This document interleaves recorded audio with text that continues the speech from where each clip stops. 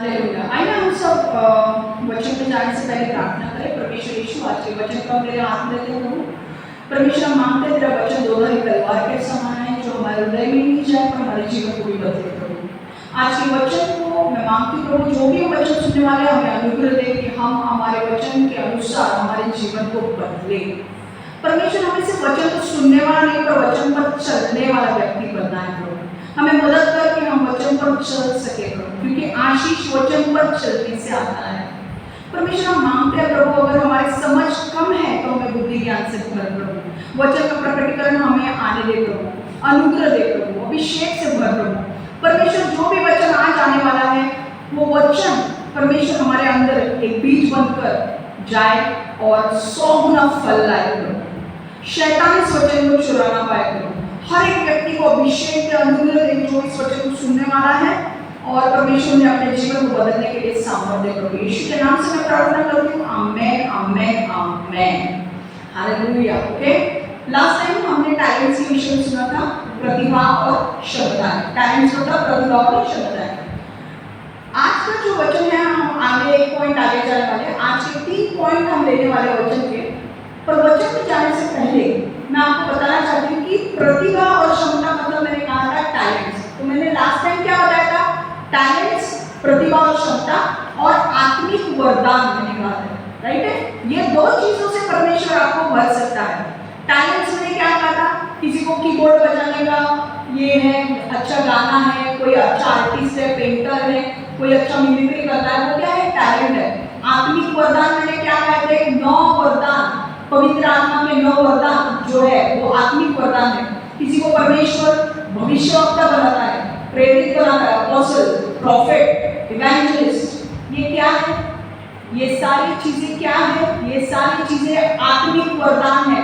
Okay, मैंने last time कहा था कि टैलेंट्स जो है वो अगर एक व्यक्ति यीशु में नहीं भी है तो भी परमेश्वर उसे टैलेंट दे सकता है कि नहीं?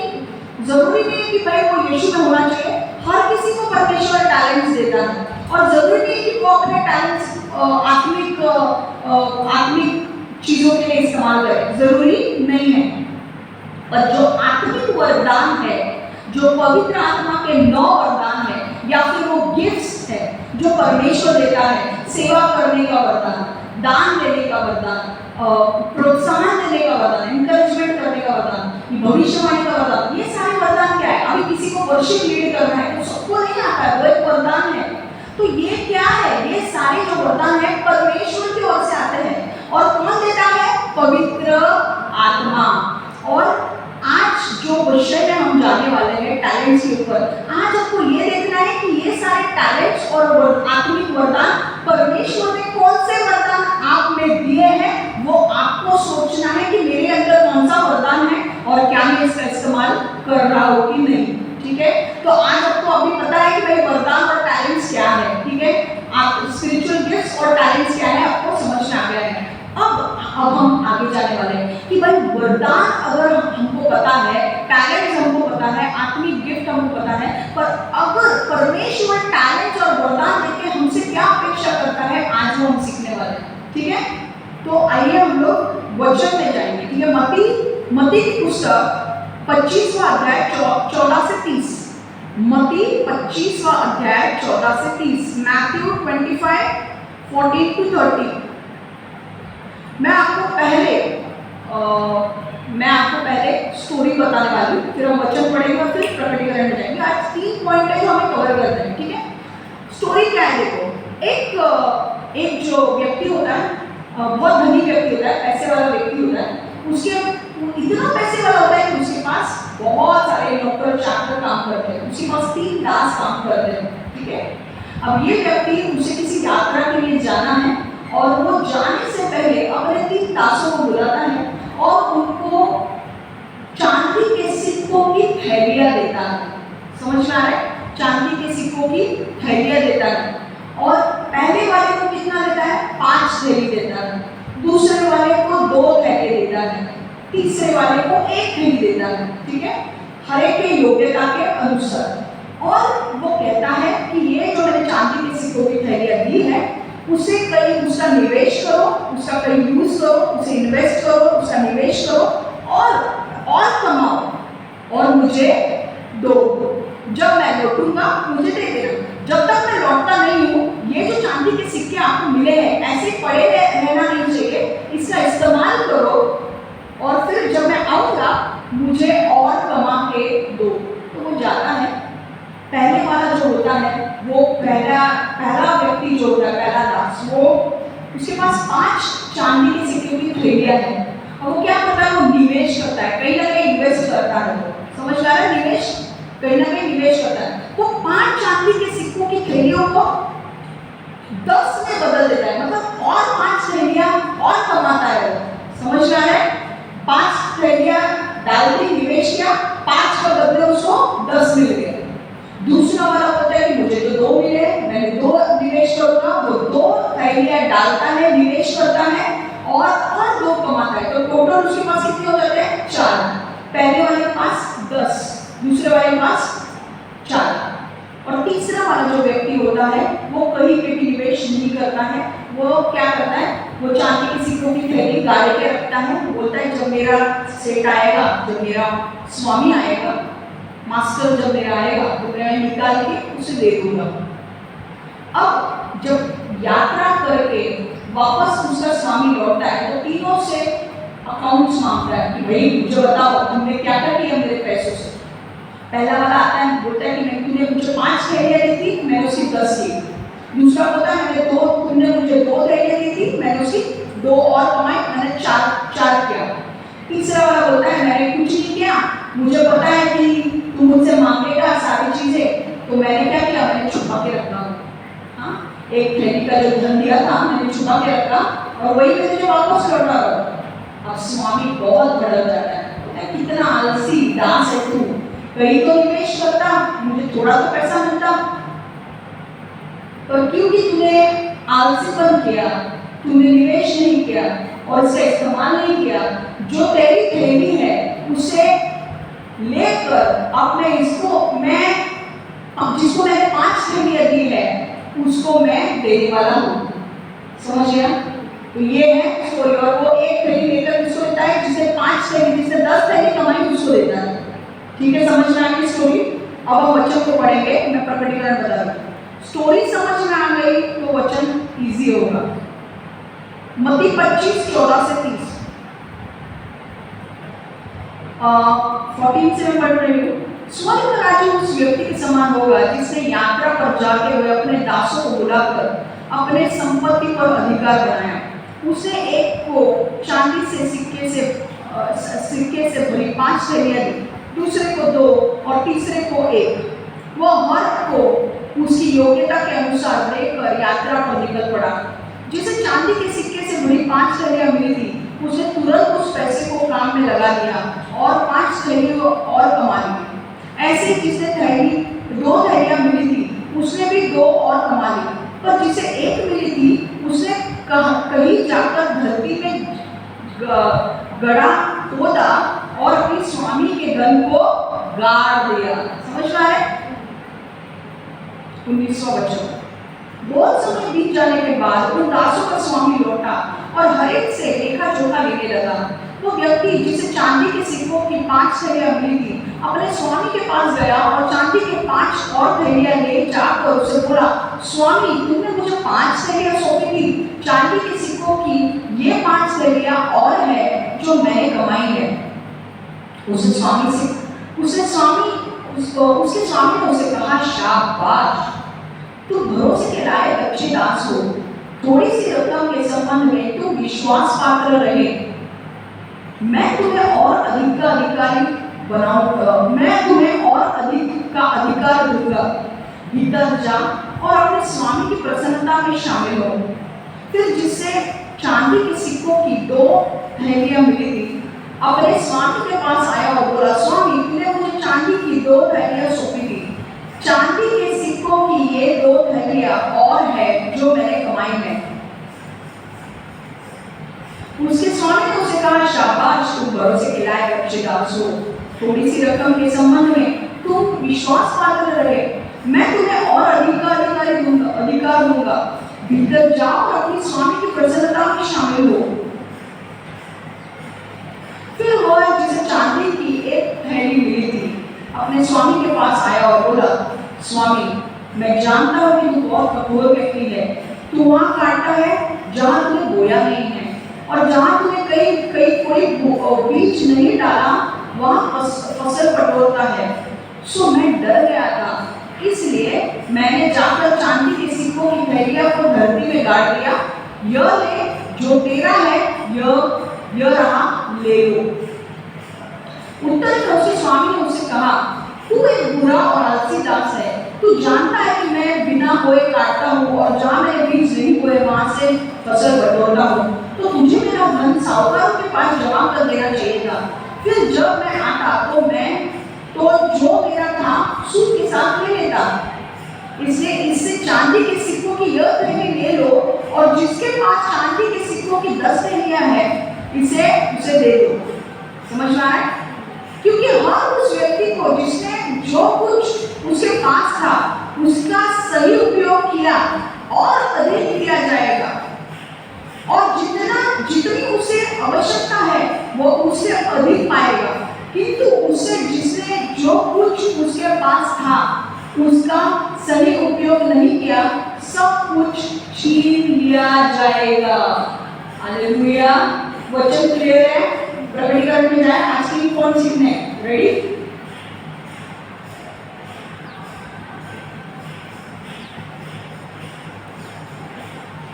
ओके, वचन में जाने से पहले थोड़ा पानी पी लेती हूँ।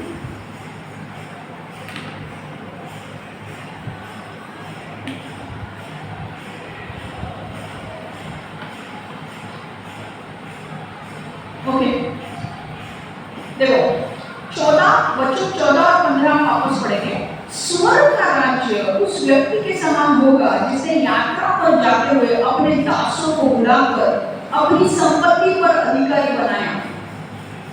उसने एक को चांदी के सिक्कों से भरी 5 थैलियां दी, दूसरे को 2 और तीसरे को 1।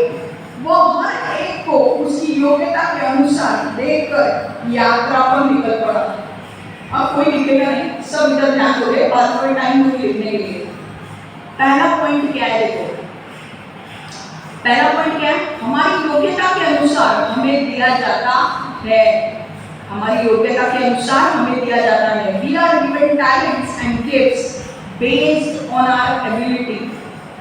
आपल्या क्षमतेनुसार आपल्याला दिले जाते हैं। We are given talents and gifts based on our ability. हमारी योग्यता के अनुसार हमें दिया जाता है। ठीक है, अब यहाँ पे क्या सीखना है? देखो, यहाँ पर सबसे महत्वपूर्ण बात ये है कि स्वामी ने अपने दासों को, सब इधर देखेंगे, इधर, यहाँ पर सबसे महत्वपूर्ण बात ये है कि स्वामी ने अपने दासों को चांदी के सिक्के कैसे दिए। ओके, तो कैसे दिए दासों को? पहला जो दास था उसको 5 चांदी के सिक्के की थैलियां दी, दूसरे को 2 थैलियां दी चांदी के सिक्कों की, और तीसरे को 1। यहाँ पर जो थैलियां उसने दी, उसने जो थैलियां दी वो थैलियां कैसे दी? योग्यता के अनुसार। ओके, योग्यता के अनुसार उनको थैलियां दी। देखो, यहाँ पर वो जो स्वामी था वो हर एक को 5-5 थैली दे सकता था कि नहीं? पहले वाले को 5, दूसरे वाले को 5, तीसरे वाले को 5, है कि नहीं? पर उसने ऐसा नहीं किया। क्यों नहीं किया? क्योंकि वो जानता है हर एक की योग्यता अलग अलग है। अब बोलेंगे योग्यता मतलब क्या? योग्यता मतलब एबिलिटी, इंग्लिश में एबिलिटी, इंग्लिश में एबिलिटी और हिंदी में हर एक की क्षमता। ओके, मतलब फॉर एग्जांपल आपने कभी बिल्डिंग में, छोटी सी बिल्डिंग अगर है 7-8 फ्लोर की या 11 माले की, उसमें छोटी लिफ्ट देखी होगी आपने, राइट है? लिफ्ट में वहां पर लिखा होता है कि भाई मैक्सिमम लोग कितने जा सकते हैं? 7 लोग जा सकते हैं। ओके, अगर 9 लोग उसमें गए तो वो लिफ्ट ऊपर नहीं जाती है, 8 लोग गए तो भी ऊपर नहीं जाते। क्यों? क्योंकि उसकी कैपेसिटी सिर्फ 7 लोगों की है, उसकी योग्यता सिर्फ 7 लोगों को लेकर जाने की है। 7 लोगों के ऊपर लेकर गए तो वो जाएगी नहीं। अब होता क्या है ऐसे इसमें? ऐसा ही हमारे साथ होता है। परमेश्वर जब हमें गिफ्ट्स और टैलेंट्स, वरदान, प्रतिभा और क्षमताएं देता है तो हर एक की योग्यता को देखकर देता है। समझ में आ रहा है? कविता की योग्यता क्या है, उसके हिसाब से उसे वरदान मिलेंगे। कविता को शायद से 1 वरदान मिला, संध्याताई को 2, रंजना को 3, कीर्ति को 4, मुझे 5 मिले। तो आप बोलेंगे कि अरे यार ऐसा क्यों दिया, हर एक को 5-5 क्यों दिया? क्योंकि भाई वो हैंडल नहीं कर सकती उतने वरदानों को। मुझे 5 मिले क्योंकि मैं हैंडल कर सकती हूँ। समझ में आ रहा है? तो कई बार क्या होता है कि परमेश्वर जब हमें वरदानों से भरता है तो परमेश्वर हमें कैसे वरदान देता है? परमेश्वर हमें वरदान हमारी योग्यता के अनुसार देता है। समझ में आ रहा है? ओके, तो आपकी योग्यता नहीं है, अगर आप हैंडल ही नहीं कर सकते हो तो आपको ज्यादा देकर आप पूरी तरह से थक जाओगे, आपको करने को नहीं होगा कुछ।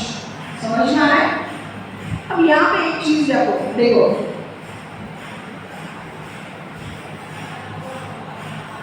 परमेश्वर जब वरदान को लोगों के योग्यता के अनुसार बांटता है, कई बार लोगों के अंदर क्या होता है, जलन आता है। नॉर्मली मैंने चर्च में देखा है कि जब आपके अंदर वरदान, लोगों के अंदर परमेश्वर वरदान देता है, तो कई बार अगर मेरे पास 5 वरदान है, किसी के पास 6 वरदान है, किसी के पास 10 वरदान है, तो कई बार लोग क्या करते हैं, जिनके पास कम वरदान है वो ज्यादा वरदान वाले लोगों से जलते हैं।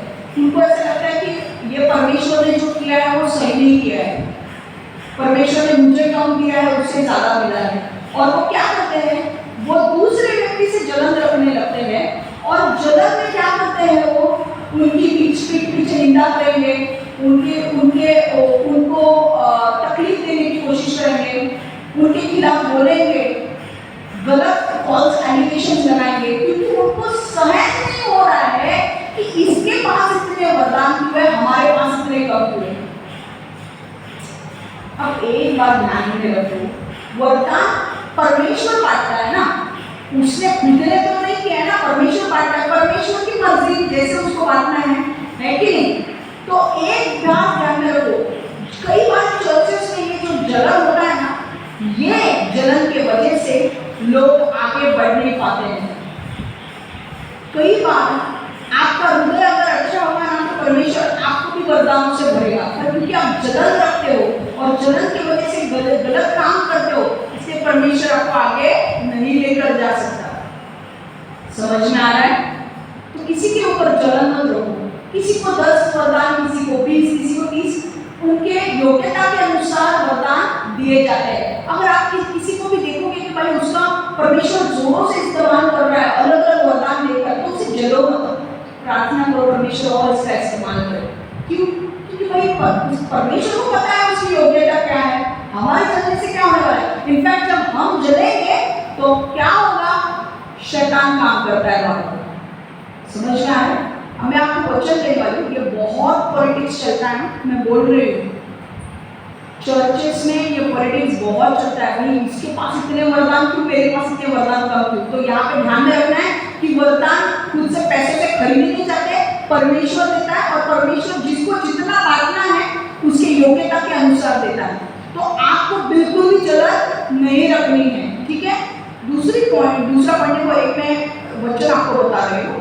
कई बार ना लोग इतने जलते हैं, जलने की वजह से उस व्यक्ति को नीचे लाने के लिए वो इतने गलत काम करते हैं कि भाई लोगों ने उनकी वाहवा नहीं करना चाहिए, इतने गलत काम करते हैं कि उनके खिलाफ इतनी गलत चीजें बोलते हैं, कुछ नहीं। सिर्फ मैं ये नहीं बोलूँ, गलत बोल रहे हो तो मैं उसे गलत बोलूंगी, जो चीजें गलत मैंने की है मैं उसे एक्सेप्ट करूंगी, है कि नहीं? तुम मेरे ऊपर गलत इल्जाम लगाओगे, जो मैंने किया नहीं है मैं एक्सेप्ट नहीं करूंगी, पर जो मेरे से गलती हुई है मैं उसे एक्सेप्ट करूंगी। पर जलन की वजह से ये सारी चीजें मत करो, किसी के ऊपर फॉल्स एलिगेशंस मत लगाओ, परमेश्वर को ये पसंद नहीं है। देखो वचन देखो, याकूब की किताब 3:16 से 18, याकूब की किताब 3:16 से 18, James 3:16 to 18। For where you have envy and selfish ambition, there you find disorder and every evil practice. But the wisdom that comes from heaven is first of all pure, then peace-loving, considerate, submissive, full of mercy and good fruit, impartial and sincere. क्योंकि जहाँ ईर्ष्या और स्वार्थ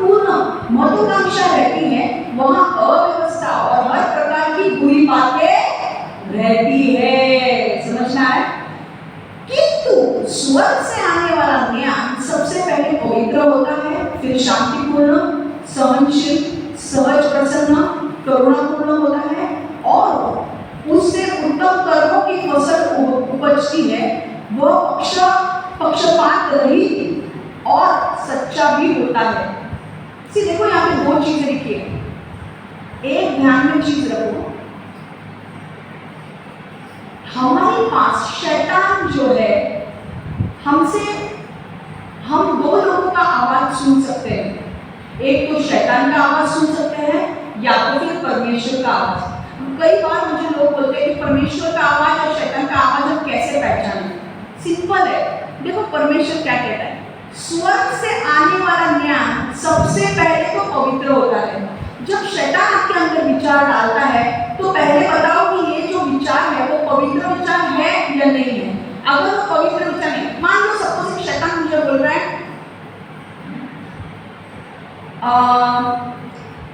अगर शैतान मेरे अंदर डालता है कि तू कौन मूवीज देख, एग्जाम्पल दे दूंगा, कौन मूवीज मतलब गंदे गंदे मूवी होते हैं ना, वो देख। अब ये विचार मेरे अंदर आता है तो क्या ये पवित्र विचार है? तो तुरंत समझ जाएगा कि परमेश्वर की ओर से जो भी विचार आएगा वो पवित्र होगा। ये क्या पवित्र विचार है? नहीं है। तो ये किसकी ओर से आया है? तो शैतान का विचार को क्या करना है? हमें हटा देना है। समझ में आ रहा है? यही बात लोगों को बाबा प्रॉब्लम होता है कि मेरे साथ बात कौन कर रहा है, मुझे यही समझ में नहीं आ रहा है। शैतान बात कर रहा है और परमेश्वर बात कर रहा है। तो वचन समझो, वचन क्या होता है? परमेश्वर से आने वाला ज्ञान पहले तो पवित्र है, दूसरा शांतिपूर्ण, शांति स्थापित करने वाला ज्ञान है, तीसरा सहनशील, पेशेंस है, चौथा सहज प्रसन्न, ओके मतलब कंसिडरेट, करुणापूर्वक मतलब दया दिखाने वाला होता है, और उससे उत्तम कर्मों की फसल उपजती है। मतलब ऐसा अगर ज्ञान हमें मिल रहा है तो ये परमेश्वर की ओर से है। और शैतान की ओर से क्या होता है? जहां पर शैतान काम करता है वहां पर डिसऑर्डर होता है, अव्यवस्था, हर प्रकार की बुरी बातें रहती है।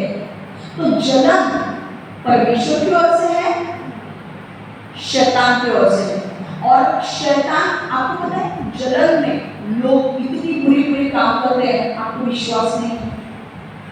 लोग जलन में आकर एक दूसरे के ऊपर जादू टोने करते हैं, लोग जलन में आकर एक दूसरे के खून करते हैं, लोग जलन में आकर एक दूसरे की निंदा करते हैं।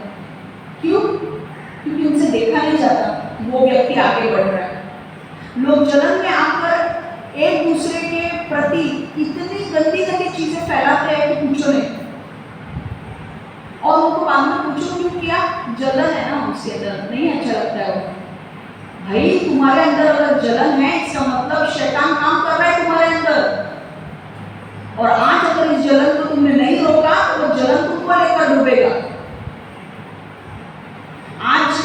आज तुम यीशु में हो, अगर तुम्हारे अंदर ऐसी कोई चीजें काम कर रही है, परमेश्वर से बोलो, परमेश्वर मेरे अंदर से जलन निकाल दे।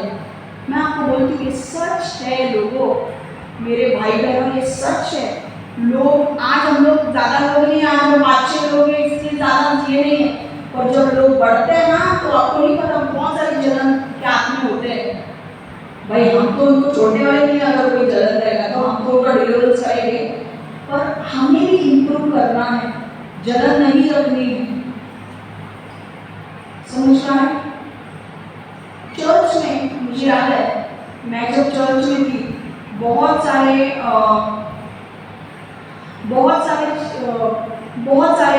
इसमें मुझे मेरे पास्टर यूज करता था। लाइक मैं बुक स्टॉल हैंडल करती थी। कई बार तो जैसे जैसे मेरे पास्टर को मेरे ऊपर विश्वास बढ़ते गया, वो ऐसे लेवल पर मेरे को लेकर गया कि जब वो पास्टर मेरा चर्च में नहीं आता था तब मुझे 2 लोग, हितेश और हितेश को कहते दो, उनको और मुझे चर्च में रहने के लिए बोलता था कि भाई कोई नहीं आया तो तुम तीनों रहने ही चाहिए। मतलब कितना हैंडल करने के लिए हमको दिया था। समझ में आया? तो ये ना कुछ लोगों को नहीं बचता था, कुछ लोगों को लगता था कि यार इसको क्यों इतना भाव दे रहे हैं हमारा पास्टर, ये 3 लोगों को क्यों इतना भाव दे रहे हैं। ये 3 लोगों को भाव इसलिए दे रहा था हमारा पास्टर क्योंकि उन्होंने प्रूव किया है कि वो लोग सच्चे हैं, काम करते हैं अच्छाई से, इसलिए उनको तुम काम करो, तुम्हें भी प्रूव किया जाएगा। समझ में आ रहा है? तो कभी भी चर्चेस में वर्शिप टीम होगी, अलग अलग टीम होते हैं, ट्रांसलेशन टीम होगी, वर्शिप टीम होगी, बुक स्टॉल की टीम होगी, और अलग अलग लोग जब एक साथ आते हैं, हर एक का दिमाग अलग तरीके से चलता है।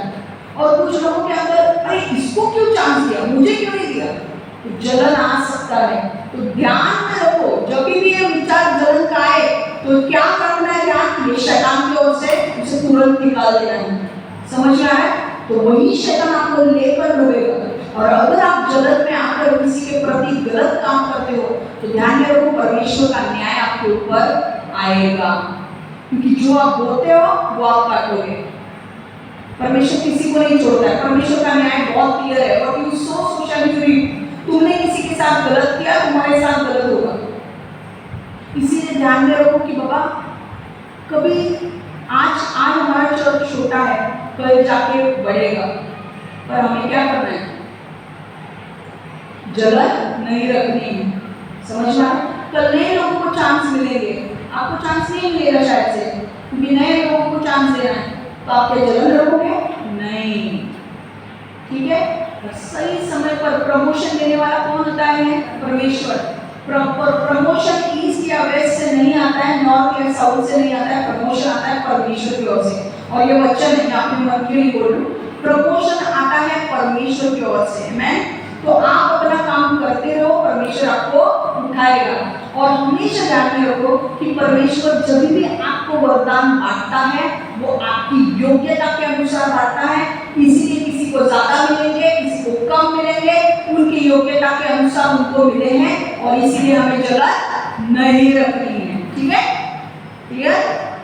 दूसरा पॉइंट, जब आप 19 से 23 हम वचन पढ़ेंगे। बहुत समय बीत जाने के बाद उन दासों का स्वामी लौटा और हर एक से लेखा जोखा लेने लगा। वो व्यक्ति जिसे चांदी के सिक्के की 5 थैलियां मिली थी, अपने स्वामी के पास आया और चांदी के 5 और थैलियां ले जाकर उसने बोला, स्वामी, तुमने मुझसे 5 थैलियां सौंपी थी, चांदी के सिक्कों की ये 5 थैलियां और है जो मैंने कमाई है। उसके स्वामी ने उसे कहा, शाबाश, तुम भरोसे के लायक अच्छे दास हो।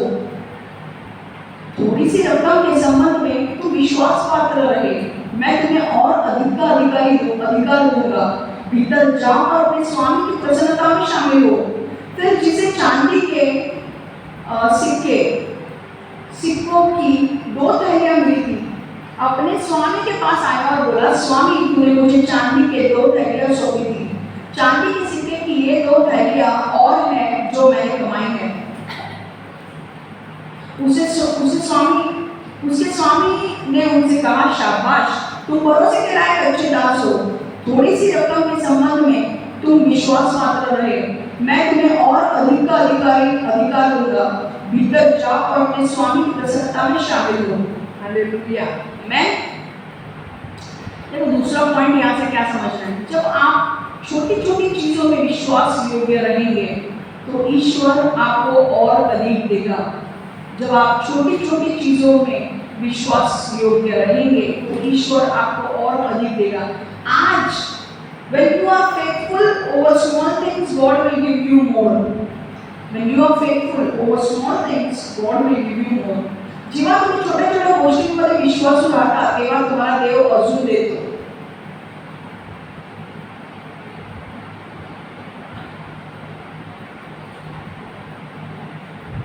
क्या आपने हुआ पॉइंट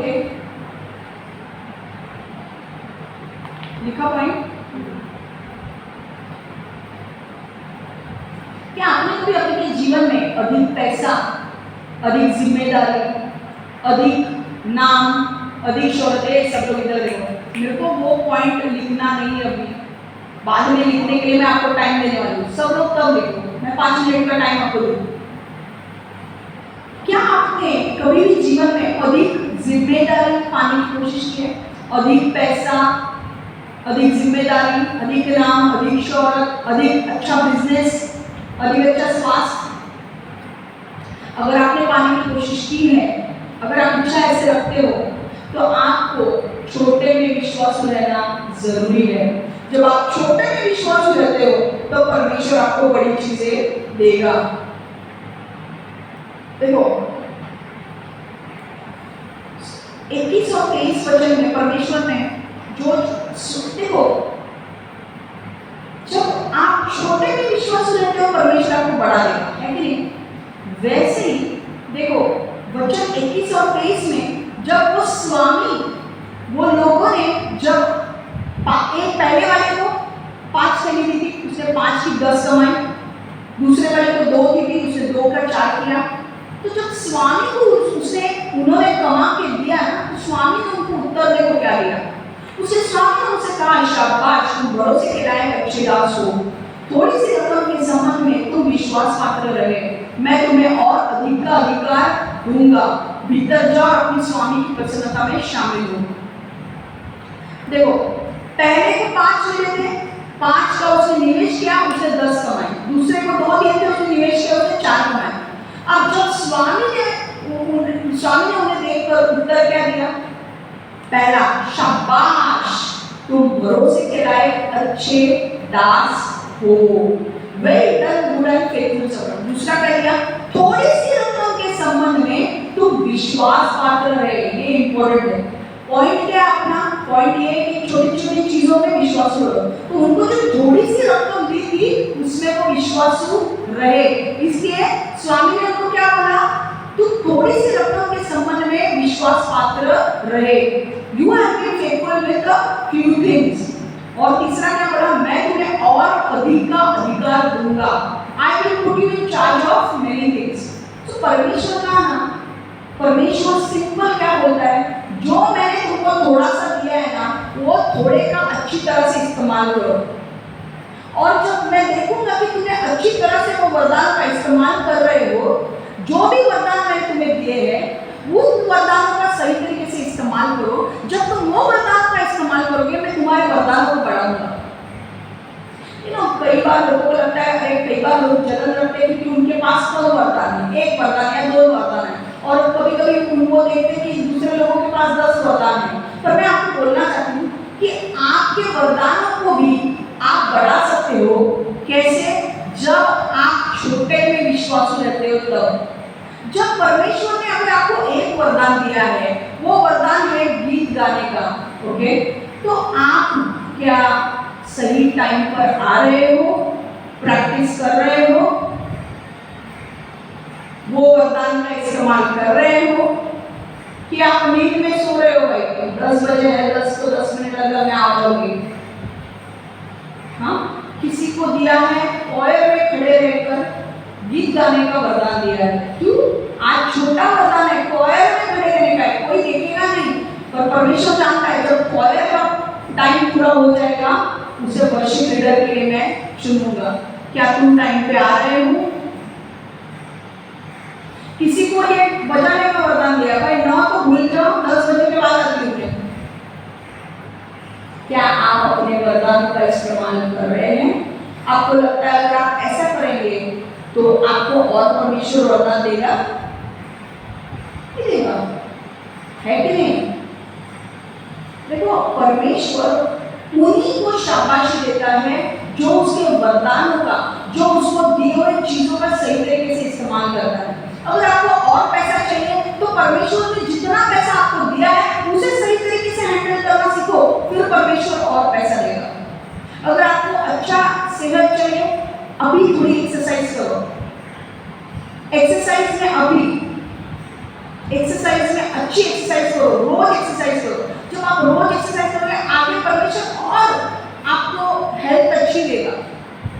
जब अगर आपको अच्छा बिजनेस चाहिए, तो आज अगर आपका अंडे का बिजनेस है, मान लो एक गरीब से गरीब व्यक्ति है, शुरुआत में उसके पास पैसे नहीं है, वो अंडे से शुरुआत करता है, अंडे का बिजनेस डाल के रोज 10 अंडे बेचने के लिए जाता है। अब मुझे बताओ, अगर वो 10 अंडे का बिजनेस परमेश्वर ने उसे बोला चालू कर, वो रोज 10 अंडे बेचने के लिए जाता है। अगर वो 10 अंडे रोज बेचने के लिए जाके एक भी दिन ऐसा नहीं करता कि नहीं जाऊंगा, रोज जाता है और उसके अंडे बिक भी जाते हैं। परमेश्वर देखता है कि मैंने जो उसको बिजनेस करने के लिए दिया है सही तरीके से कर रहा है, पीछे नहीं हट रहा है, रोज उठ के जाता है, अंडे बेचता है। आज उसको 100-200 रुपए मिलते हैं अंडे बेच के। आज परमेश्वर देख रहा है ये आदमी ईमानदार है, मैंने इसको ये बिजनेस दिया, ये बिजनेस में ईमानदारी कर रहा है, वो अपना काम सही तरीके से कर रहा है, मैं इसको और अब पहला 10 अंडे दे देगा, अब मैं इसको पैसा दूंगा ताकि वो 20 अंडे खरीद सके। समझ में आ रहा है? मैं आपको एक मेरा उदाहरण बताऊं मेरे चर्च का। मैंने शुरुआत में मेरे चर्च में मुझे याद है मैंने बैप्टिज्म एनरोल लिया, उसके बाद हम लोग सेवकाई करने के लिए गए और मुझे याद है ऐसे ही बैठी थी और मुझे मेरी फ्रेंड थी, वो बुक स्टॉल लगा दी और मैं उसको देखती थी, अकेले जाके सब करती थी, खोलती थी, पेटी खोलती, बुक्स लगाती थी टेबल पे और मैं उसको रोज देखती थी, पर मैं ऐसे बैठी रहती थी, मैं उसकी मदद नहीं करती थी। अचानक परमेश्वर मेरे अंदर कार्य करने लगा कि उसकी मदद कर। मैंने उठ के उसको बोला कि मैं आती हूँ तेरी मदद करने के लिए। मैं उसको बुक स्टॉल लगाने के लिए मदद करती थी। धीरे धीरे मैंने मेरे पास्टर को भी बोला कि मैं इसके साथ बुक स्टॉल की सेवकाई में जाऊँ क्या, आपको चलेगा? मेरे पास्टर ने बोला हाँ, उनसे भी मदद कर दूँ, तो मैं उसकी मदद कर दी। अब 1 साल मैंने उसकी मदद की बुक स्टॉल लगाने में, बेचने में, और उसने मुझे सिखाया कि भाई ये बेचने के बाद पैसा जमा करके हमें हमारे पास्टर को देना है। 1 साल होने के बाद मेरी जो फ्रेंड थी उसकी शादी तय हो गई। अब वो उसकी शादी तय हो गई, वो नासिक जाने वाली थी। अब ये चर्च में तो रहेगी नहीं, वो नासिक जाने वाली थी।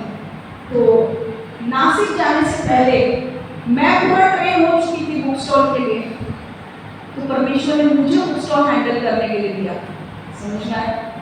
अब 1 साल के बाद जब वो चली गई, मैंने बुक स्टॉल पूरा हाथ में ले लिया। हमारा इतना अच्छा बुक स्टॉल चलने लगा, पूछो नहीं। और मैं अपनी बड़ाई नहीं कर रही हूँ, पर सच में मेरे पास्टर ने मुझे बोला कि हमारा बुक स्टॉल कर्जे में गया था, पर हमारा एक चर्च का विजन क्या था? रिसोर्सेस। हमारे चर्च से बहुत सारे रिसोर्सेस निकलते थे, शर्ट होंगे, प्रिंटेड शर्ट जिसके ऊपर वचन लिखा होगा, कप होते थे, बहुत सारे रिसोर्सेस होते थे।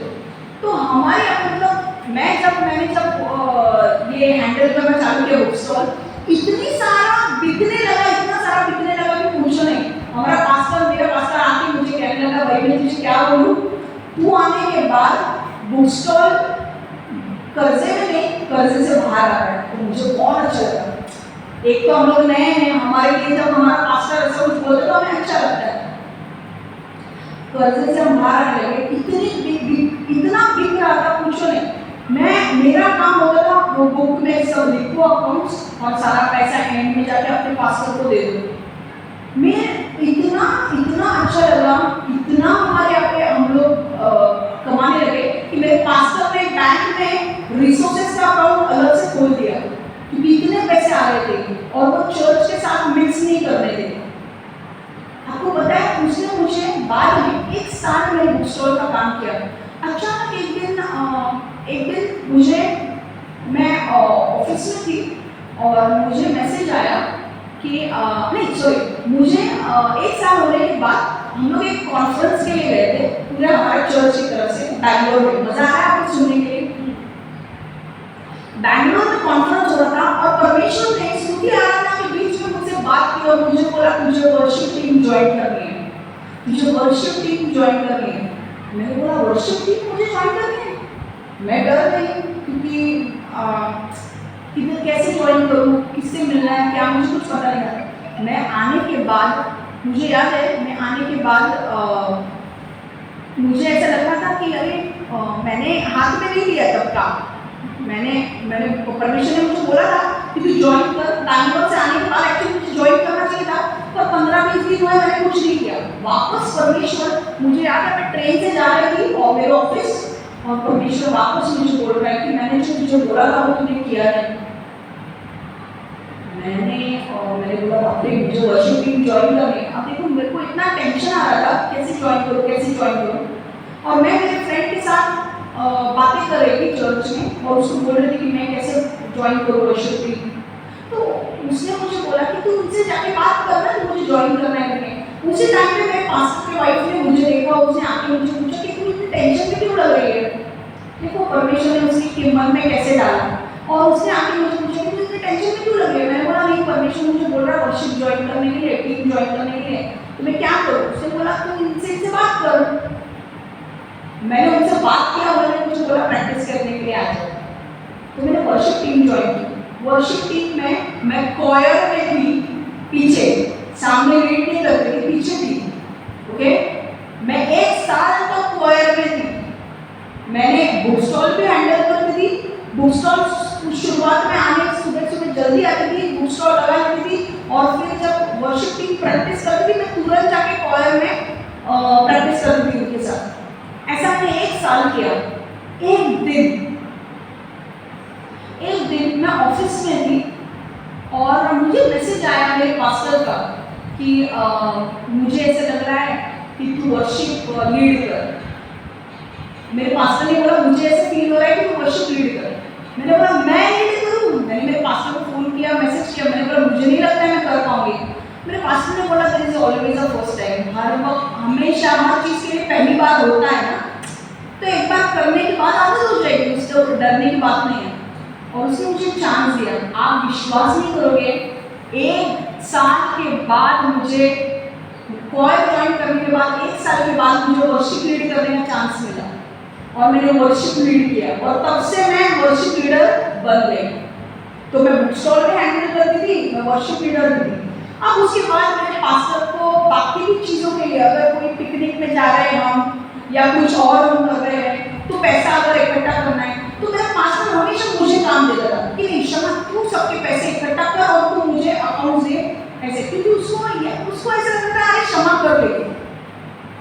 वो पिकनिक का पैसा हो या कोई कॉन्फ्रेंस का पैसा हो या कुछ भी पैसा हो, मेरे को बता देता था, वो तो सबके नाम लिख पैसा जमा कर। तो क्या हो रहा था, धीरे धीरे धीरे मेरी जिम्मेदारियां बढ़ने लगेगी। क्यों? मेरे पास्टर ने देखा बुक स्टॉल का अच्छा कर रही है, कॉयर में डाला, कॉयर का 1 साल अच्छा किया, कॉयर का 1 साल अच्छा किया, तुरंत 1 साल के बाद वर्शिप लीडर का चांस दिया। वो होने के बाद आप विश्वास नहीं करोगे, मैं सच बोल रहा हूँ, यीशु देख रहा है, सच बोल रहा हूँ मैं आपको। मेरे को आगे चलकर मेरे पास्टर ने ब्रांच लीडर बनाया। हर जोन का हम लोग का मीटिंग होता था, माही में, बैंड्रा में, थार में, तो अलग अलग लोगों को वहाँ के एरिया से चुना गया था। मुझे माही से चुना गया था क्योंकि मैं वहाँ पे रहती हूँ, और मुझे ब्रांच लीडर बनाया गया कि हर हफ्ते तुझे वचन लेना है, तुझे प्रार्थना करनी है लोगों को देखकर। तो हम लोग एक घर में मिलते थे जहाँ पे 5-6 लोग हम लोग रहते थे। समझ में आ रहा है? वो ब्रांच लीडर बना गया। मैं आपको बोलूँ, इतना ही नहीं, ये तो ब्रांच लीडर, और हम लोग जब कॉन्फ्रेंसेस में जाते थे, मैं आपको बोलूँ ये जो टेबल है ना, ये टेबल हमारा चर्च में इतने बुक स्टॉल लगता था। जब मैं कॉन्फ्रेंस में जाती, परमेश्वर ने मुझे इतना इस्तेमाल किया कि मेरे पास्टर ने मुझे बोला कि कॉन्फ्रेंस में हमारे चर्च से बड़ा बुक स्टॉल लगेगा, और वो बड़े बुक स्टॉल में हैंडल करने वाली तू होगी।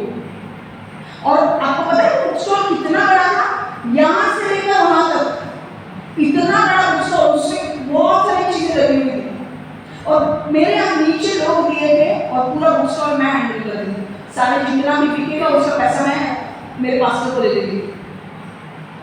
उसके बाद कॉन्फ्रेंसेस में भी, जब यंग लोगों की कॉन्फ्रेंस होता था, जब सिंगल्स लोगों का कॉन्फ्रेंस होता था, तो जब मैं वहाँ पे गई थी, आप विश्वास नहीं करोगे, मुझे लीडर बनाया था वहाँ पे। मेरे फ्रेंड्स बोलते थे क्या यार तू जब भी देखो काम ही करते थे, कि हम लोग के साथ टाइम ही नहीं स्पेंड कर रही है। मैंने बोला मैं क्या करूँ, मुझे लीडर बनाया तो मुझे मेरा काम अच्छी तरह से करना ही पड़ेगा। देखो ये समझ में आ रहा है आपको, छोटी छोटी चीज़ों में जब मैं विश्वास हो गई, बुक स्टॉल में विश्वास हो गई, कॉयर का चांस है, कॉयर में विश्वास हो गई, वर्शिप लीडर का चांस है, वर्शिप लीडर में विश्वास हो गई, ब्रांच लीडर बना दिया। पहला बुक स्टॉल छोटा लगता था, अब बड़े बड़े कॉन्फ्रेंसेस में बुक स्टॉल लगने लगे। आपको पता है लिटरली मेरे पास्टर्स, लिटरली मैं आपको झूठ नहीं बोल रहा, आपको लगेगा मैं झूठ बोल रही हूँ, मैं अपनी बड़ाई नहीं कर रही, मैं परमेश्वर को धन्यवाद देती हूँ इसके लिए कि उसने मुझे इतने वरदानों से भराया और अभिषेक से भराया। 2 पास्टर्स मेरे लिए लड़ते थे कि मैं उनके लिए कौन सा काम करूँगी। एक बार एक कॉन्फ्रेंस था बोरीवली में, तो मेरे पास्टर ने मुझे बोला था कि शमा मैं तो तुझे बुक स्टॉल में रखने वाला हूँ, तुझे बुक स्टॉल में रहना है। पर दूसरे पास्टर था, उसने मुझे बुलाया और उसने मुझे बोला कि तू हेल्प डेस्क पे रहेगी, बहुत सारे लोग हेल्प डेस्क पे आने वाले हैं, तो हेल्प डेस्क पे रहे। और लिटरली मैं अब मेरे पास्टर को देख रही हूँ, मैं उनको भी देख रही हूँ, मैं क्या करूँ। और लिटरली दोनों मेरे लिए लड़ रहे थे कि भाई नहीं ये मेरे को इधर चाहिए, नहीं ये मेरे को इधर चाहिए। पर मैं परमेश्वर को धन्यवाद देती हूँ कि ये सिर्फ परमेश्वर कर रहा था, क्योंकि मैंने जितना दिया था उसमें मैं विश्वास बनी रही। इसलिए क्या हो रहा था, लोग खींच रहे थे मुझे, ये काम वो काम, क्योंकि क्या होता मेरा पास्टर मेरे बारे में लोगों को बोलता था कि अरे ये बहुत अच्छा काम करती है। तो कहीं और भी कॉन्फ्रेंस होगा तो दूसरे पास्टर्स मेरे को देख के उनके नाम मेरे को दे देते, तो मेरे पास्टर पे उनकी लड़ाई होती थी, ये मेरे मेरी ये इसको मैंने काम दिया है, क्यों कैसे ले रहे हो इसको। जब तुम्हारी एफिशिएंसी, जब तुम छोटे में विश्वास रहते हो ना, परमेश्वर तुम्हें बढ़ाएगा और तुम्हारे लिए लोग लड़ाई झगड़े करेंगे कि तुम कौन से टीम में रहोगे। सच बोल रही हूँ।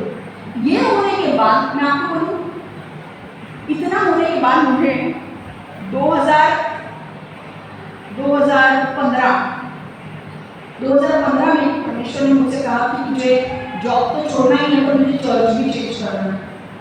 क्योंकि वो चर्च में कई बार हमको ऐसा लगता है कि अरे यार चर्च में कुछ प्रॉब्लम है इसलिए हम चर्च छोड़ते हैं, पर एक्चुअली ऐसा नहीं था।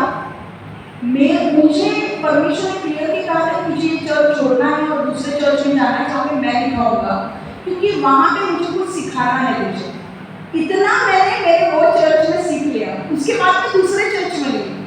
वो चर्च में जाने के बाद मुझे ट्रांसलेशन का काम मिला। मैं ट्रांसलेट करने लगी, okay, Hindi to English translation हो रहा। तो ट्रांसलेशन का भी मुझे एक वरदान मिला उस चर्च में। मराठी में भी ट्रांसलेशन, इंग्लिश में भी ट्रांसलेशन।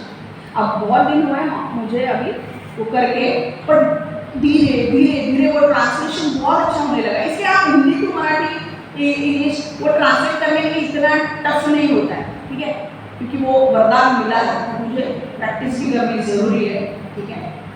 अब वो चर्च में मुझे वो वरदान मिला। उसके बाद लोगों के ऊपर प्रेयर करने का वरदान मिला। कौन सा प्रेयर? नॉर्मल प्रेयर नहीं, डिलीवरेंस प्रेयर। वो पहले के चर्च में नहीं मिला था, दूसरे चर्च में डिलीवरेंस प्रेयर। अरे यार जब हम लोग प्रेयर करते थे लोग क्या प्रेयर देते थे, क्योंकि वो अनॉइंटिंग परमेश्वर ने दिया, डिलीवरेंस अनॉइंटिंग दिया कि चलो डिलीवरेंस अनॉइंटिंग आए। क्यों दिया? क्योंकि छोटे में विश्वास हो रही, वो दिया। उसके बाद एक बार मुझे परमेश्वर ने मेरे पास्टर के अंदर डाला कि इसको वचन बोलने का चांस है। मुझे एक बार वचन बोलने का भी चांस दिया। वचन मैंने प्रीच किया और उसके बाद परमेश्वर ने मुझे कहा अब तू ये चर्च छोड़ने वाली है। मैंने बोला क्यों? परमेश्वर ने कहा कि तुझे तेरी खुद की मिनिस्ट्री स्टार्ट करनी है। और अब मैंने मेरी खुद की मिनिस्ट्री स्टार्ट की। समझ में आया?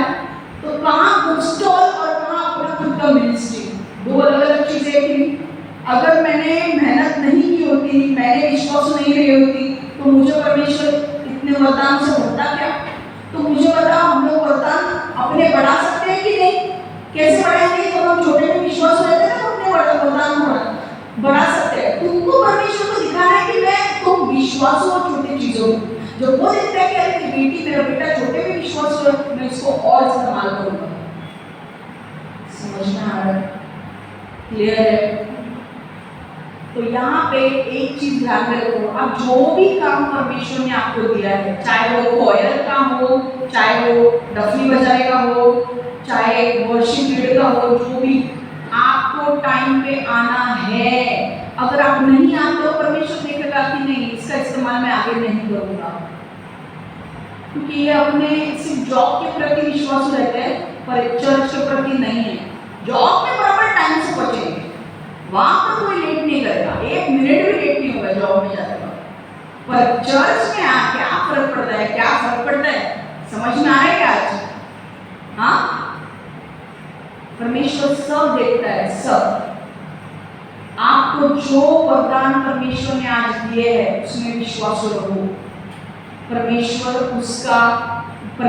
आपको देख रहा है। परमेश्वर आपसे, आप न्याय के दिनों में ना, लोगों को लगता है यीशु में जो लोग आते हैं उनका न्याय हमको चुका है। ओके, तो जब हम न्याय के दिन पर परमेश्वर के सामने खड़े रहेंगे ना, तो परमेश्वर हमें हमने क्या काम किए उसके लिए हमको पुरस्कार देने वाला है। अगर आप बोलोगे परमेश्वर ने कॉयर का काम दिया और आप बोलोगे मैं कॉयर में ना गई नहीं, परमेश्वर क्या उसका पुरस्कार देगा आपको बजाने का काम दिया आए तो टाइम पे नहीं। तो अभी से ध्यान में रखो कि आगे चलकर तुम परमेश्वर के सामने खड़े रहकर तुम्हें वो पुरस्कार देने वाला है। तब तुम्हारे ये सारे पॉइंट्स देखेगा वो कि मैंने ये काम दिया था, उसने किया या नहीं। कभी कभार आप ठीक नहीं हो, आप बीमार हो तो बात अलग है, नहीं तो क्या छुट्टी मारोगे क्या? ऑफिस में पैसा मिलता है इसलिए करोगे, परमेश्वर के लिए पैसा नहीं मिलता है इसलिए कैसे भी है? नहीं। आज से ध्यान में रखो ये चीज, परमेश्वर देता है और आप छोटे में विश्वास करो। भले आपका काम 5 मिनट का हो, तो 5 मिनट के काम में विश्वास करो। मैं आपको बोलती हूँ परमेश्वर हजारों के सामने आपको खड़ा करेगा। समझ में आ रहा है?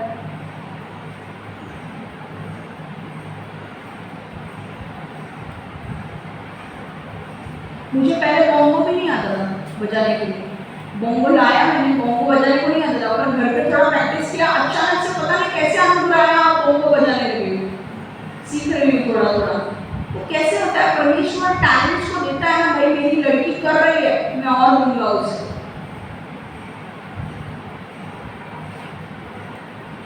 अब मुझे एक दिन मुझे याद है, मैं ऐसे ही बैठी थी प्रेयर कर रही थी, अचानक गाने देने लगा परमेश्वर मुझे, गाने का वरदान, गाने लिखने का वरदान, उसकी चाल लगाने का वरदान, वो भी आ गया। अब बहुत दिनों से मैंने गाने लिखे नहीं है, पर मेरे लिखे हुए गाने हम गाते हैं कि नहीं? बहुत दिनों से मैंने लिखे नहीं क्योंकि टाइम नहीं मिल रहा है, बहुत सारी चीजें एक साथ हो रही है। पर वरदान कैसे देता है वो परमेश्वर? ये ले क्यों दिया? क्योंकि तुम छोटे में विश्वास करो, बड़ा प्राप्त करोगे, है कि नहीं? पॉइंट क्या है वो? पॉइंट क्या है? जब आप छोटी छोटी चीजों में विश्वास योग्य रहेंगे तो ईश्वर आपको और अधिक देगा। बिजनेस बढ़ाना है, छोटे बिजनेस में विश्वास करो। पैसा कमाना है, छोटे में विश्वास करो। जो छोटा जॉब मिलता है उसमें विश्वास करो। अब पुष्कर इतना छोटा है, उसके मम्मी को मैंने बोला इसको 8:45 बजे तक लेकर आ, इसको नींद अच्छी लगती है पर वो आता है, उसको मैं सिखाती हूँ कैसे करना है सब लैपटॉप का। आने वाले दिनों में उसको इस्तेमाल करने वाला है, परमेश्वर बहुत बड़े लेवल पे लेकर जाने वाला है उसको, इसलिए परमेश्वर उसको अब इस्तेमाल कर रहा है छोटी छोटी चीजों में। अब उसको ये लेवल पे परमेश्वर बोल रहा है कि पुष्कर आके ये देखेगा तो कितनी बड़ी बात है वो। और वो भी लड़का आता है, क्या स्कूल में जाने वाला लड़का है, वो जिम्मेदारी क्या है उसको पता, पर वो करता है, आता है, देखता है, सब करता है। पहले तो गुस्सा था, अभी हंसना बंद हो गया, अभी थोड़ा हंस रहा है। तो परमेश्वर उसके इस्तेमाल करने वाला है, बहुत बड़े लेवल पे उसके इस्तेमाल करने वाला है। वो आगे हमारे चर्च का पिलर होने वाला है ना? अभी छोटा है, वो बहुत बड़े लेवल पे जाने वाला है ना? अभी कितने स्टैंडर्ड में थे पुष्कर? 7th में, वो 8 में ज़्यादा हुआ, 7th में, देखो 7th में। हाँ, हमारे बच्चों को भी जिनकी शादी हुई है नहीं हुई है, सबको बोल रही हूँ मैं, अपने बच्चों को परमेश्वर की सेवा में लगाओ। आपके बच्चों को शुरुआत से उनको ट्रेनिंग दो। मैं मेरे बच्चों को शुरुआत से ट्रेनिंग देने वाली हूँ, शुरुआत से कीबोर्ड सीखो, ये सीखो, वो सीखो, मैं सब ट्रेनिंग देने वाली हूँ। सीखो, बिकॉज तुम आगे चलकर परमेश्वर के राज्य के लिए बड़े बड़े काम करोगे। समझ में आ रहा है? हमारे बच्चों को भी शुरुआत से ट्रेनिंग देना है। हालेलुया। बड़े चलकर यही हम बड़े बड़े काम करने वाले चर्च के लिए। समझ में आ रहा है? ओके, थर्ड पॉइंट, जितना अधिक प्राप्त करेंगे, जितना अधिक आप प्राप्त करेंगे उतना ही अधिक आपसे अपेक्षित है। जितना अधिक आप प्राप्त करेंगे उतना ही अधिक आपसे अपेक्षित है। The more you receive, the more that's required। इसका मतलब क्या है? इसका मतलब ये है कि जितना परमेश्वर आपको वरदानों से भरेगा उतना परमेश्वर चाहता है कि आप उसे वापस दो, मतलब उतना चाहता है परमेश्वर जितने वरदानों से भरा है उसका इस्तेमाल करो। अगर आपको 4 वरदान दिए तो परमेश्वर आपसे अपेक्षा करेगा कि आप 4 वरदानों का इस्तेमाल करो। 5 दिए तो परमेश्वर अपेक्षा करेगा कि 5 वरदानों का इस्तेमाल करो। और अगर आप नहीं कर रहे हो तो परमेश्वर को पसंद नहीं आएगा। देखो, पहले दास को कितना दिया? 5 थैली दी। क्यों थैली 5 थैली दिया? क्योंकि वो जानता था परमेश्वर कि भाई ये 5 वरदान हैंडल कर सकता है। इसके अंदर अगर मैं 5 वरदान डालूं तो ये आराम से 5 वरदान हैंडल कर सकता है। दूसरे वाले को 2 थैलियां दी क्योंकि वो जानता था कि भाई दूसरे वाला भी आराम से 2 वरदान हैंडल कर सकता है। और परमेश्वर को, अगर परमेश्वर ने पहले वाले को 5 वरदान दिए हैं और अब वो 5, अगर परमेश्वर ने यहाँ पे पहले वाले को 5 चांदी के सिक्कों की थैलियां दी है और अब परमेश्वर चाहता है कि भाई तेरे पास 5 दिया है तो मुझे तेरे वो 5 थैली को निवेश डालकर मुझे ज्यादा बना के देना है मुझे। अगर उसने 5 देकर एक ही थैली कमा के दी होगी तो परमेश्वर को अच्छा लगता क्या? नहीं अच्छा लगता। क्यों? क्योंकि परमेश्वर ने बोला मैंने तेरे को 5 वरदान दिए हैं तो 5 का 10 तो करना चाहिए मुझे, बढ़ाना चाहिए मुझे। समझ में आ रहा है? परमेश्वर यहाँ पर, और एक सिंपल उदाहरण मैं आपको देती हूँ। कोई भी आपको 10 रुपए देता है, बोलता है 10 रुपए या मैं 1000 रुपए लगाऊंगा बैंक में, तो वो इंटरेस्ट मांगता है कि नहीं? बोलेगा मेरे को अगर मैं 1000 रुपए डाल रहा हूँ तो 1000 का मुझे अगर 1000 का मुझे, चलो मैं अगर कोई बोल रहा है कि भाई मैं 1000 का 2 साल के बाद तुम्हें 3000 दूंगा तो मुझे 2000 मिलेगा, है कि नहीं ऊपर। पर अगर मैं 1000 रुपए डाल रही हूँ, इन्वेस्ट कर रही हूँ और मेरे को 2 साल के बाद वापस 1000 रुपए मिलने वाले हैं, मेरे 1000 जो मैंने डाले वही मेरे को मिलने वाले, तो क्या हम डालेंगे उसमें? क्योंकि उसमें कुछ फायदा ही नहीं है। वैसे ही परमेश्वर हमारे बारे में सोच रहा है कि भाई अगर मैंने तुम्हारे अंदर वरदान डाले हैं और तुम उसका इस्तेमाल नहीं कर रहे हो तो मेरे लिए क्या फायदा है? मैंने तुम्हारे अंदर वरदान डाला है, तुम्हारे अंदर डाला है, तुम्हारे अंदर तुम कर रहे हो क्या? उसका कुछ यूज करके परमेश्वर को दे रहे हो क्या? नहीं दे रहे हो तो परमेश्वर को अच्छा नहीं लगेगा। एक चीज परमेश्वर आपसे अपेक्षा करता है, मैंने अगर तुम्हारे अंदर निवेश किया है तो मुझे उसके रिटर्न्स भी चाहिए। मैंने तुम्हारे अंदर वरदान डाले हैं तो मुझे उसके वरदान का इस्तेमाल करते हुए मुझे देखना है। आप बोलोगे कहाँ लिखा है? मैं दिखा दूँ आपको। देखो यहाँ से क्या समझो, यहाँ परमेश्वर ने क्या बोला? देखो परमेश्वर ने 5 थैलियां दी थी और अगर 5 थैलियां का उसने 5 कमा के दी, इससे परमेश्वर खुश हुआ। पर 5 थैली का अगर उसने एक ही कमा के दिया होगा तो परमेश्वर उससे नाराज होगा। परमेश्वर पहले दास को शुरू में से ही ज्यादा दिया था क्योंकि उस पर अधिक उत्पादन करने का भरोसा था। पर अगर उसने कम कमाया होगा मतलब वो छोटे में विश्वासु नहीं रहा है और उसे अधिक नहीं दिया जाएगा। समझना है? मैंने अगर तुम्हें एक वरदान दिया है तो परमेश्वर चाहता है कि तुम एक वरदान का इस्तेमाल करो। अगर तुम वो भी इस्तेमाल नहीं कर रहे हो तो तुम विश्वासु नहीं हो और तुम्हें ज्यादा वरदान नहीं दिए जाएंगे। क्योंकि ज्यादा वरदान दिए जाने का लॉजिक क्या है?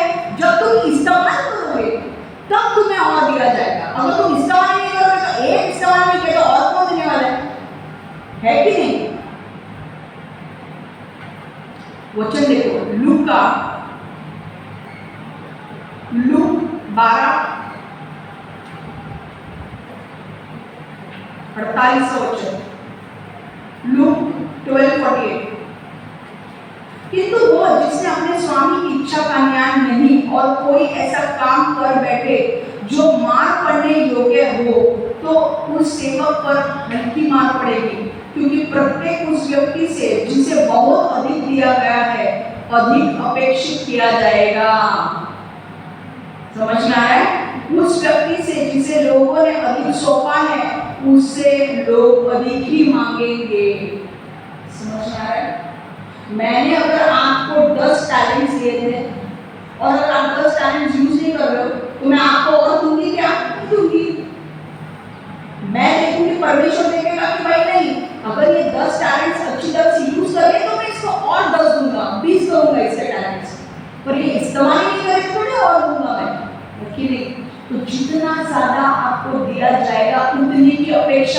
परमेश्वर आपसे करेगा। समझ में आया? शुरुआत में पुष्कर को मैंने सिर्फ इसका दिया था, गाने प्रोजेक्टर पे लगा के गाने ये करने, पर एक वक्त आया मैंने पुष्कर को बोला, पुष्कर मुझे परमेश्वर कुछ और बोल रहा है, एक दिन के लिए मैं नहीं रह सकती कभी, तो तुझे आकर सारा संभालना है, और उसको मैं ट्रेनिंग दे रही हूँ। समझ में आया? देखो परमेश्वर ने उसकी विश्वास योग्यता देखी। पहले मेरे को थोड़ा नहीं आ रहा था 2-3 हफ्ते, फिर हम थोड़ा डाटा उसे, और वो तब से आने लगा। तुरंत परमेश्वर ने उसका इस्तेमाल करना शुरू किया। अब उसको आता है ना कुछ बराबर के इधर हुआ, अब उसको बहुत सारी चीजें आती है, कितना छोटा है वो, तो उसको परमेश्वर यूज कर रहा है, और उसको उसके ऊपर हम भरोसा रख सकते हैं कि वो बराबर से करेगा। गलती भी करेगा तो कोई प्रॉब्लम नहीं, क्योंकि वो छोटा है, उसको सिखाएंगे तो हो जाएगा। पर उसका एक तो है ना कि भाई मुझे जिम्मेदारी दी है तो आता है उठ के, वो बहुत बड़ी बात है। समझ में आ रहा है? तो यहाँ पर मेरा वचन समाप्त हो रहा है, ठीक है। हम प्रेयर करेंगे। परमेश्वर यीशु, मैं प्रार्थना करती हूँ हर एक को ब्लेस कर, हर एक को आशीर्वादित कर। आज जो भी हमने 3 पॉइंट सुने हैं, आज पहला पॉइंट हमने देखा है कि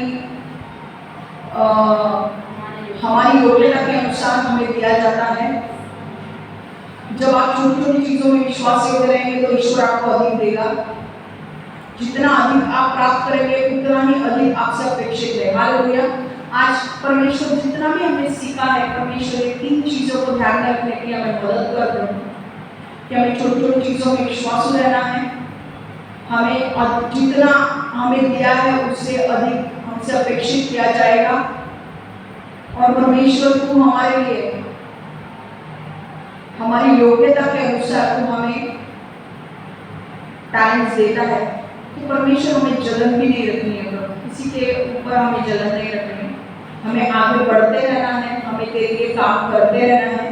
परमेश्वर हमें मदद कर प्रभु, इस प्रकटीकरण से हमें भर कि जितने भी हमारे वरदान हैं, हम आने वाले दिनों में हर एक वरदान का इस्तेमाल करेंगे और तेरे लिए तेरा नाम ऊंचा करेंगे प्रभु, तेरा नाम को हम आदर देंगे प्रभु। परमेश्वर मैं मांगती हूँ प्रभु, अगर हमसे कोई गलती हो गई है हमें क्षमा कर प्रभु। हमने अगर हमारे वरदान इस्तेमाल नहीं किए तो हमें क्षमा कर प्रभु। आने वाले दिनों से हम जो भी हमारा वरदान है, हम हर एक वरदान का इस्तेमाल करेंगे। यीशु के नाम से मैं प्रार्थना करती हूँ प्रभु कि ये जो वचन है, ये वचन इनके जीवन में बीज की तरह जाए, जो 100 गुना फल लाए इनके जीवन में। शैतान इस वचन को इनके जीवन से चुरा ना पाए, और मदद कर इनको अनुग्रह दे कि ये वचन के अनुसार अपने जीवन को बदल सके प्रभु। यीशु के नाम से मैं प्रार्थना करती हूँ। आमेन, आमेन, आमेन।